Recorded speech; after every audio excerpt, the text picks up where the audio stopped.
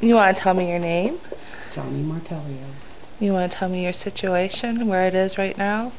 I'm homeless and staying in the Alaskan, thanks to Linda Hand. What brought about the situation? My husband had a stroke. I had to quit my job to take care of him. We ended up being evicted from our home because of that, and I'm diligently looking for another job. But when you're 57 years old, that's not easy. How long has it taken from the time your husband had your stroke to being homeless? What is that time period? It's been about 9 months. And in that 9 months, were you able to find resources within the community? Was there... I found food stamps, the food pantry, Lend a Hand. Lend a Hand's been the biggest resource because they've kept my husband supplied with his medication, and he takes quite a few life-saving medications. And they've, been taking care of us. But beyond that, for like housing and rental assistance, because I know with your situation, it was because of rent. You couldn't pay your rent. Right. Well, with the rental situation, because we don't have small children, dependent children, there's really, the resources aren't there unless I found one that as soon as, I don't know what it is, if I can find a job, they will help us get into a place. What about family and friends for you? Have they been able to? My family, my mother has helped me on a monthly basis since this has happened. And my niece by marriage has been there, has kept us in things like toilet paper, dish soap, body soap, laundry, that kind of, plus food when it was absolutely necessary. Right. Now, being homeless, is this the first time you've ever been homeless? Oh, absolutely. I never dreamed in my life that, I always thought homeless people were drug addicts, or alcoholics, or bums, until this happened to us. And it's like I feel if it can happen to us, it can happen to anybody. Kept it weight, and all of a sudden he has a stroke.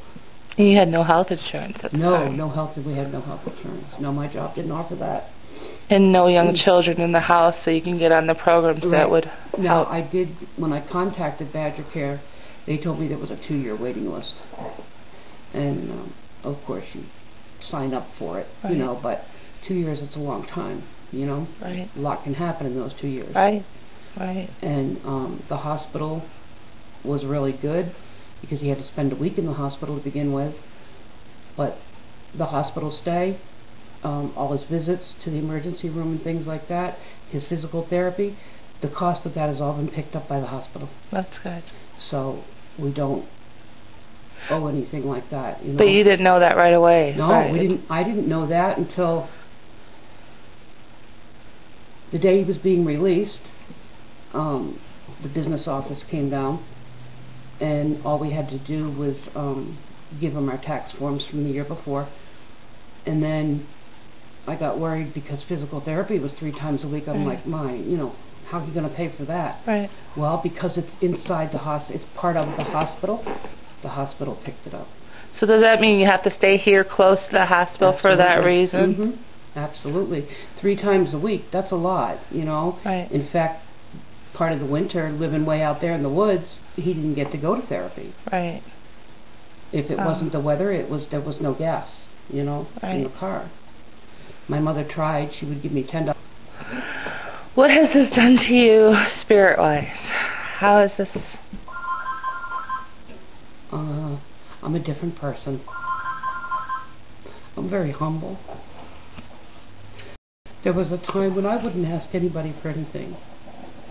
I still find it hard. I do it.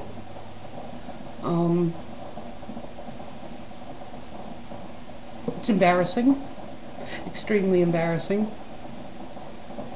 You don't even want to tell somebody you're homeless because of the stigma attached to it and what other people think about people that are homeless, just like I used to think.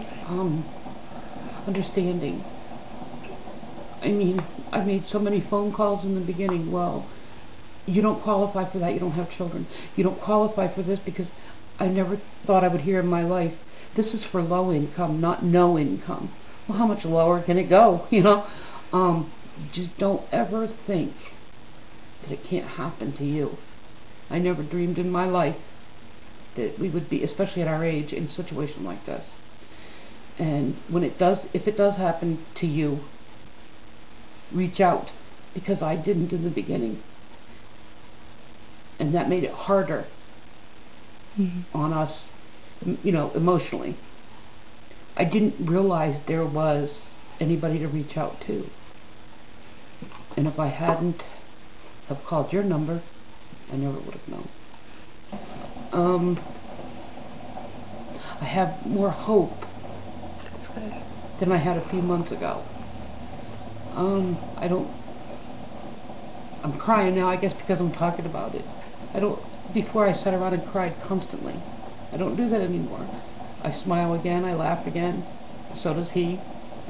But it's hard. It's hard on a person. If there's one thing you could tell people out there, what would it be?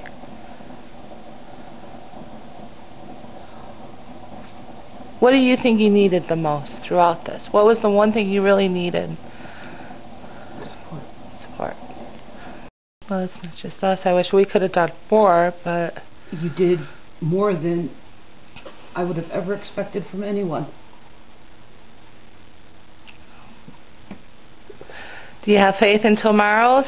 Are you able to... Yep. Like I say, a few months ago I didn't have. Right. I thought it was just, our life was over. Right. But it's going to get better. I know it'll get better. I know it will get better. It will. I know it will.